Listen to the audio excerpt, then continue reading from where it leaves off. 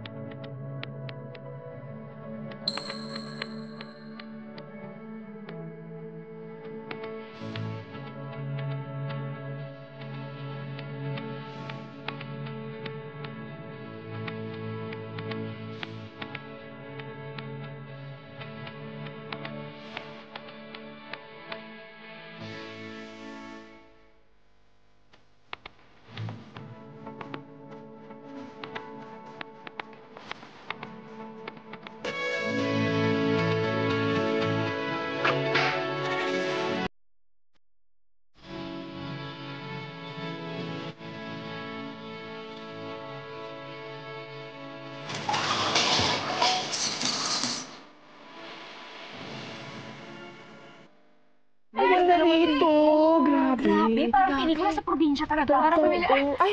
Hi, sir! Hello.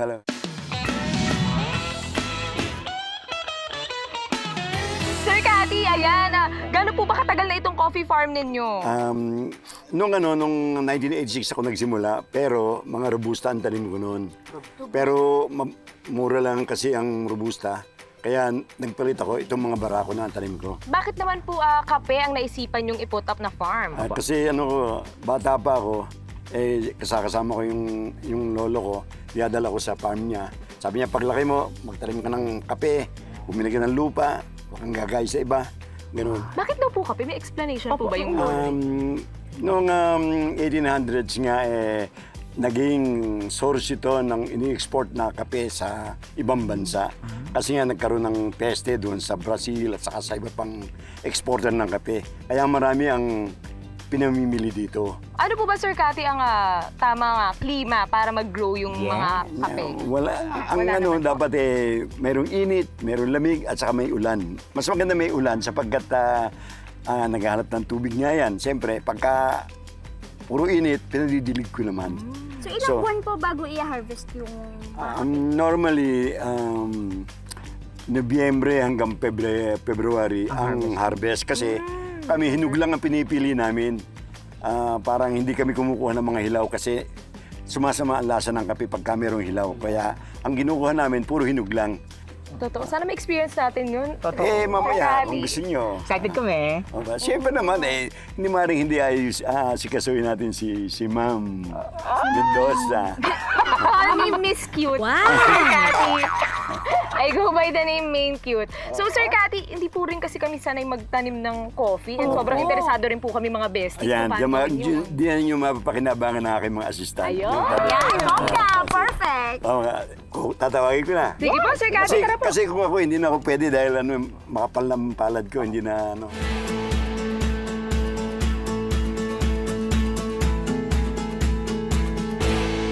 Ayan na. Turuan niyo na kami kung paano magtanim. Oo, siyempre. Pakikilala ko muna yung aking mga assistant, ha? Ito si Dave. Hello po. Si Patrick. Si Oscar. Si Oscar. Ate Oscar. Siya magagawa muna kung paano itatanim. Okay po. Pag ilang hukay niyan, 1 foot by 1 foot. Ang lalim, 1 foot. Ang luwang, 1 by 1 by 1. Tapos, tatanggalin itong plastic na ito. Yan. Yan. Kinamay na lang. Manual. Ayan, Yan, okay. Tapos, itatabon niyo yan. Yung mga Okay? nilabas. Tatabunan ulit yan. Yan. Wow.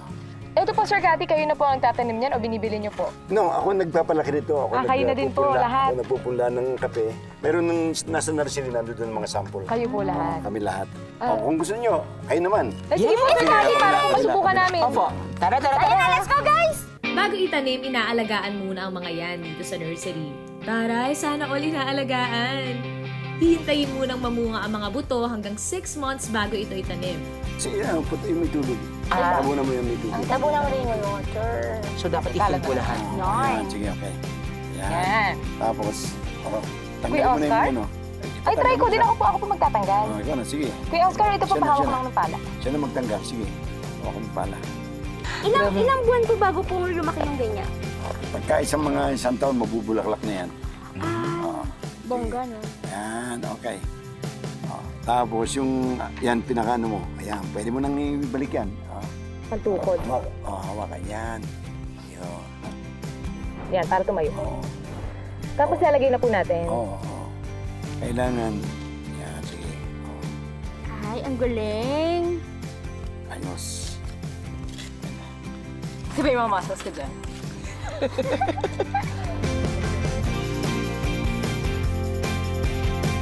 Si Chami at Chichi nagtanim din.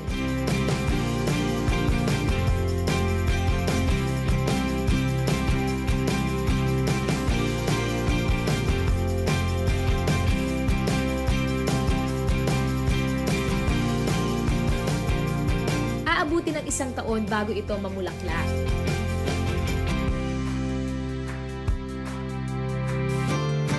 Ganito naman ang itsura niya kapag namulaklak na. Ito na, Sir Cathy. Ang mga coffee cherries. Ayun. Ayun, may mga pula. Ano pong kaibahan ng pula dun sa green? Ito, hilaw pa ito. Hindi namin kinukuha yan. Ito mga hinug lang kinukuha. Kulay pula. Oo, yung pula. Basta mapula, hinug, yun ang aming pinaprocess. Yung mga hilaw, hindi namin pinaprocess yan kasi sumasama ang lasa ng kape pagka hilaw. Mapait. Gano'ng katagal na po ito nga, yung puno na yan? Matanda na ito, siguro mga 8-10 years na ito. Grabe, ang tagal na. Oo. Pero meron niya akong mga 1 taon kalahati na makikita niyo ang itsura noon na talagang mabunga at saka healthy. Ito, na ito eh. After this year, puputulin na namin to para sumuloy, para magsuloy ng panibago, bagong kape na uli yun. Okay. May tawag namin doon eh, rejuvenation. Rejuvenation. Grabe! Care! Rejuvenation. Hindi po ba siya yung kusa pong nalalaglag kapag pwede na siyang i-harvest? Talagang pipitasin po talaga. Kailangan pitasin, no? Hindi po pwede na hintay malaglag kasi katulad niyan, itong mga hinog na ganito. Ayan, para makita ganito tayo. lamang ito. Ito na, pwede namin i-process. So, Kinakain din po ba to? Parang prutas? yung kabag, pwede. Tsaka yung alamid, pwedeng kumain yan. Kinakain po? Oo, kinakain. Pero ang nilalabas nila yung mga bukakuan, pwede mong ilabas yan. Kasi ito yung kinukuha. Ito ang tatanggalin yan. Yan. Ayan! Ay, ganyan pala yun. Ito matamis to. Matamis. Yan, o. Yan. O, Chichi. So, ito yung kakainin? Oo, yan, o. Yan. Ito po? Ayaw, matamis yan eh. Matamis. Kaya kinakain ng ano yan, ng alamid. Tikim nga. Hindi, okay lang yan. Hindi ka maano. Talaga po? Hindi ka maano yan. Kaganda ang kutis mo lalo. Wow! Ay, ako na yan. Sir Cathy, try natin. Go. Tamis.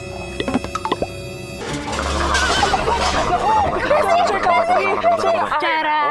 Okay. Parang siyang lychee.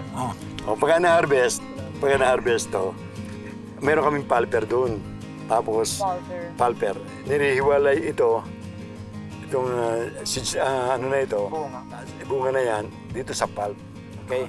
Tapos, inaano namin yan, binababad sa tubig ng isang araw para mag-ferment, lalabas sa mga bula, ganun para hindi umasim yung kape. So after mo ng harvest, fermentation? Hindi, doon muna, dadali mo na dipalp pa, tiyatanggal pa ito. Hala, Tapos, sana. Meron po ba kayong mga ganyan doon para masubukan namin, Sir Cathy? Mga na-harvest na. Magpapakuha ko kung meron pang mamaya pagkakatapos yung kumain, baka makakuha pa ng ilang hinog, tapos pakikita ko kung paano dipalp. Sige po, Sir Cathy. Sige po. Tara po tayo doon. Tara na, sir. Tayo. Sige. Hindi kami nakapag-harvest ng maraming coffee cherries dahil nagsisimula raw ng November ang pag-harvest dito kapag malamig na ang panahon. Pero after i-harvest at i-depulp, ang susunod na process, bibilad na. Paano na pong gagawin, Sir Cathy? Ito si Dave at saka si Patrick. Okay. Hello po. Ito drying ano namin area. Kinakailangan kasi kawong sa semento o ano yan. ASMR. Hindi pinalalapat sa lupa yan. Bakit po? Kasi pagka nagkaroon ng putik o nag-iibang lasa, dapat ang kawang. So reject na po yun pag nabasa. Hindi namin ginagawa yun. Kakalat po yan. Sige, kakalat. Yung subukan nyo ikalat. Ito, sir, wala pa po itong aroma, no, ng kape? Wala pa. Tuyo pa lang yan. Ano? Hanggang doon sa dulo para maripis lang. So, pag ginagawa po nyo, Sige. bibilig niyo po sa araw. Binibilad sa araw. Yan. Ilang araw, Ilang araw po ito binigyan? Pagka ganitong medyo madilim, mga mahigit sa linggo, pero kung ano, mga 4 na araw lang pa kami init. Paano po malaman pag pwede nang galingin? Pwede na yung ano, kumakalog yan. Hello? Daret. Sige, dagdag mo pa. Sir Cathy, yung isa pong coffee cherry, ang laman po, isang ganto lang. 2 o siya, yun. Normally, 2. Napakadami. Ang dami po yun. Naman pala. Grabe. Pagka naka-isang linggo na, ito na lalabas. Ito. Matatanggal na yung parchment na yan. Yung pinaka- Yan o. Yan o. Parang bean. Ito na yung sasangag. Yan o. So, hindi natatanggal pa pong skin dito? Parchment o. Hindi kasali yan. Yan o. Natatapon yan. Ito lamang may iwan. Okay. Ganon. Ay, ito nga, oh. Makagat. Ito na yung sasangag. Ito na. No, meron kaming processing doon na para makina na nagtatanggal ng parchment. Okay? Automatic na. So ito, siguro mga 5 minutes o 10 minutes, Tapos na. tanggal na yan. Paano, Sir Cathy, kapag maulan? Paano po yung drying process nito? Pagka maulan, hindi muna kami naglalabas. Maghihintay kami umaraw, bago namin, nakatago muna. Sir Cathy, maraming salamat po sa pag-tour niyo sa amin dito sa farm ninyo sa Lipa, Batangas at sa pagbibigay alam po sa amin ng proseso ng coffee farming. Walang anuman, basta para sa inyo, ano man ang gusto niyo, pwede maganap dito. At nakakasiguro kayo, lahat ng alam namin matututuhan. Maraming salamat po, sir! Thank you. Mga besties, coffee farming! #Go Achieve! Siyempre mga besties, hindi naman tayo aalis ng Batangas nang hindi natin natitikman ang kapeng barako. Kaya meron tayo dito sa mahiwagang thermos ko. Main gold thermos. Phenomenal thermos. Sobrang fabs. Galing pang Inglaterra yung thermos na yun. Grabe, kakaiba ha. At may coats. Teka, paano yan? Hindi pa ako Hindi ko nakakaano alam. ng ganyan. Ikaw sa inyo, Kurt. Ito kasi for yung sure, thermos alam mo namin nung bata. Paano? Ganyan. Tapos Explain sa amin, step pwede by ka step. magkape dito, ganyan. Pag wala kayong baso. Ay, hindi siya yung pinipindot? Hindi. So mainit na tubig ilalagay dyan? Pangyayamanin yun. Ito. Yan yung sa'yo, So hindi siya machine na pampainit ng tubig. Nilalagay dyan yung mainit na. Ganito lang ba? Siya. Wait. Kaya mo doon. Oh, di ba? Okay, so Perfect. tikman natin. Anong una? Ito muna. Kape mo. Titikman muna natin ang puro, ang kapeng barako. Straight from the phenomenal thermos. Oh, wait. Kampay, mga besties. Kampay, besties! Ang sarap. Parang ito lang, carry na siya. Totoo. Grabe, hindi mo na kailangan ng coffee maker. Ang sarap niya. Sobrang rich. Ang sarap! Diba? Mga besties, na-try na natin. Ang purong kapeng barako ngayon naman, syempre dun sa mga nasa bahay, gusto nila mag-try ng ibang coffee mixes, pwede nyo rin gamitin yung mga common kitchen ingredients na nasa inyo. Meron tayo dito. Honey. Ay, kala ko chicken oil. Honey yan. Honey. Ito naman, meron tayong salt, di ba? Pang salted coffee. Alam ko to. Ano to? Food coloring. Food coloring? Yung food coloring ba? Anong kulay? Coloring food. Hindi. Vanilla extract. Sa vanilla? Ito naman, gata, coconut milk. Ay, I love coconut. Meron din tayo ditong butter. Yes, I love butter. I love Your butter. favorite. Favorite. Yes. Next, another favorite. Lemonade. Lemon lang, wala pang Di ba siya inumin? Wala pang 8. Lemon lang. O di lemon. Parang medyo unusual, no? Siguro nagtataka yung mga ka-main goals natin kung anong lasa. Totoo. Kapag sinubukan nating haluan yung mga ingredients na yan, kaya nga nandito kami kasi titikman namin for you guys. So, let's do this. Let's start. So, anong una natin? Honey? Honey? Suka. Let's try. Okay, try natin yung honey. Di dun sa mga taong gusto ng mas matamis talaga. Try natin. Honey. For sure, merong ibang lasang ibibigay itong honey. Paano ba tanggalin to? Oh, ikaw, Chami. Wala kasi ang kuko. Yan.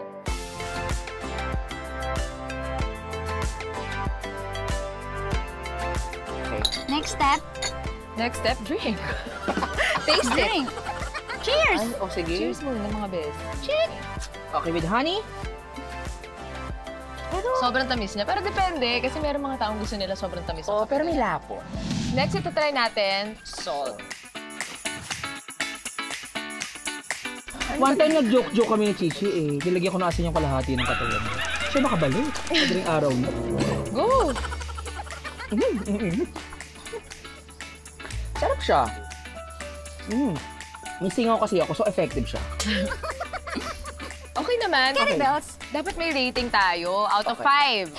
Oh. So, yung honey, out of 5. Honey, out of 5, 3.5. 3 ako. 2. 2. Sa salt, Salt. Sa salt, 2. 1. Ako 3 ako. Okay, masarap naman siya. Yun lang dapat konti. Kasi parang naalatan. Okay, next. Kasi matamis. Okay, yun. next! Vanilla extract. Ay, parang. Rating. Rating? Out of 5, 4. 4 din ako. 1.5. Okay, next. Coconut milk. Yes, my favorite.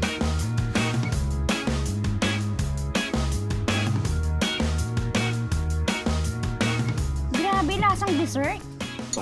Sarap. Rating. Out of 5, 5. 5. Ako sobrang sarap nito. 1. Sarap. 5. 5 ka din. Diba? 5 ako. Perfect. Ikaw? Sarap. 5. Okay, butter. Ay, Ayan, ito na. Ang dami. Madami. This is your- Pwede piling Konti ko lang. 1 teaspoon, Kerry. Baka nang mahilo.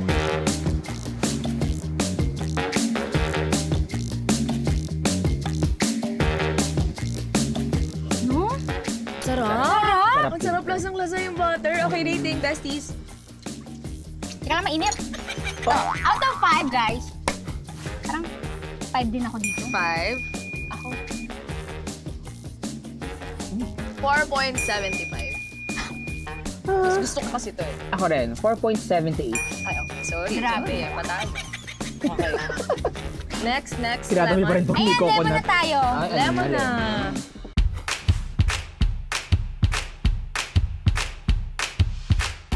Tapos, Pipisain ba natin? ay, hindi, lalaglag mo lang. Tsaka ito eh. Konti lang, konting ano lang. Si dribble. Refreshing siya. Yes. Rejuvenating. May pagkasinigang. Gusto ko naman siya. Rating, Hindi ko ba?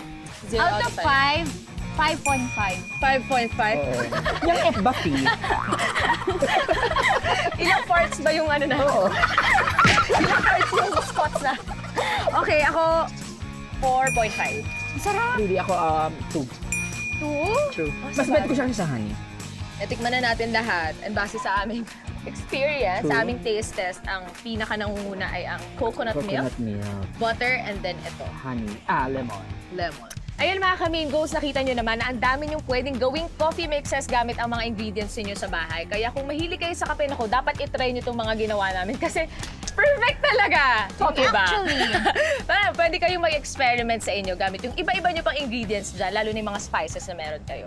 So, ayan, achieve din natin, di ba? I love it. I love it. O, linisin naman na natin kasi masyado tayo natutuwa, di ba? Oo nga eh. Linis-linis din. Siyempre, nag-enjoy. Ako na to ko na. Sige, hindi mo na yan.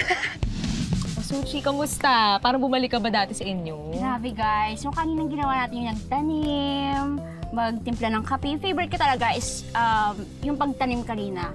Kanina, nung nakita ko si Tatay Kati, he reminds me of my dad. Wow, English na.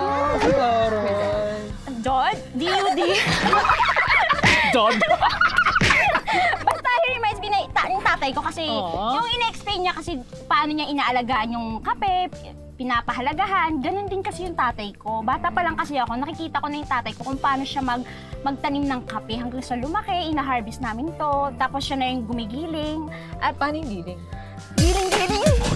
Hindi kasi may gilingan, di kasi kami ng kape. So, parang naalala ko yung tatay ko na, ay na naman, ba't parang ako Naiyak ka na nag-emotion? naman? Okay lang yan. Naalala ko yung tatay ko kasi, grabe siya hard work. Tapos,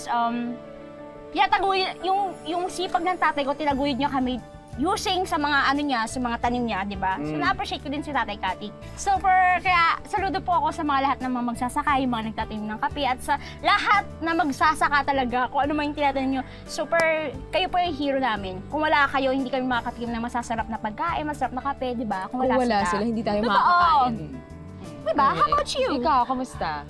Hindi, ako naman, ang bongga lang na yung ininom nating coffee, kung saan mang coffee shop, nakikita natin kung saan galing, di ba? Kumbaga parang, actually, nakakakita ko ng mga picture niyan sa mga sa internet, kung saan mang coffee shop. Pero yung, makikita mo talaga yung puno ng coffee, ng halaman, from there. Tapos 10 years pa pala yung tinatagal nila. And then, yung mismong cherries, dun pala. Kasi akala ko si kape lang, titimpla mo lang. Oo, diba? Ang bongga na parang may buto, natutuyo, nababalat, nagiging coffee. Eventually, ayun. So, parang ang bongga lang na hindi lang talaga siya basta kape. Kasi inaalagaan din talaga siya. Parang si Sir Kati, di ba? Parang di nga niya binibenta na daw di ba? Parang sa kanya na lang. Mahal na lang din Mahal na lang talaga niya yung kanyang worth. Totoo. And ang bongga na yung industry ng coffee sa Philippines is bongga rin, di ba? Ang dami mga bagong bukas na coffee shop. So ang ganda rin na nakita natin kasi nagsimula yung mga iniinom nating coffee sa mga favorite coffee shops natin. Kaya, goal achieve. Goal achieve. Ikaw. Ayun, yung sinabi nyo. Hindi nakaka-proud. Kasi base dun sa kwento kanina ni Sir Kati, alam mo yung mayaman na talaga sa Pilipinas ang kape. Noon pa lang, 1800s pa lang, di ba? So parang something to be proud of na yan sa ating mga Pilipino. Kasi nakwento din niya na ine-export yun. Tapos, alam mo yun, para maipagmalaki at matikman ng mga taga-ibang bansa. So dun ako natutuwa, apart from seeing the whole process. Actually, wala pa to. Kasi hindi pa natin nakikita ko yung pagmamanufacture talaga ng kape kapag nasa factory na. Pero yun, kasi na-appreciate nga natin kapag iniinom na natin. Pero matagal pala, 10 years, di ba? Grabe. And yun lang, sana mas ma-appreciate natin yung kape na nai-offer natin dito sa Pilipinas bago yung iba muna. Kasi ang dami mong pwedeng gawin kung iisipin mo yung ginawa natin kanina. If you're planning to put up a coffee business, pwede kang mag-concoct ng sarili mong coffee fusion, kung ano man yan. Basta, mahalin lang muna natin kung ano yung may i-offer natin dito kasi ang dami-dami nating may i-offer bukod sa kape. Kumbaga, #love local. #love your own. Correct. So, yun. Besties, wala pa to Wala. Wala pa to. Wala pa. Bakit? Kasi day 1 pa lang to. Oh my God. Day 1 of 5. Day 1 of 5 pa lang to ng coffee adventure natin. Kasi marami pa tayong, Oo naman, may 4 na araw pa tayo. Pagising na gising na tayo. Yun na nga, nakakagising talagang adventure to. Kaya mga ka-main goals, abangan nyo kasi mahaba pa ang lalakbayin natin. Marami pa tayong malalaman at bukas, coffee production naman ang aalamin natin dito sa #Mangoes!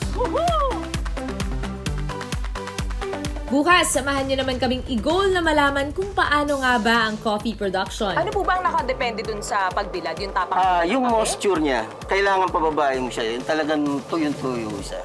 Eh di, sir, pwede naman siguro i-blower na lang. Powder na po ba siya? Hindi pa. Hindi. So, mix mo siya. 15 seconds, girl. Wala, baka wala akong malagay! 10 seconds! 9! Maging ako sa malawa. Yay! Marami-rami tayong kape na iinumin, kaya tutok lang kayo gabi-gabi dito sa #Mangoes.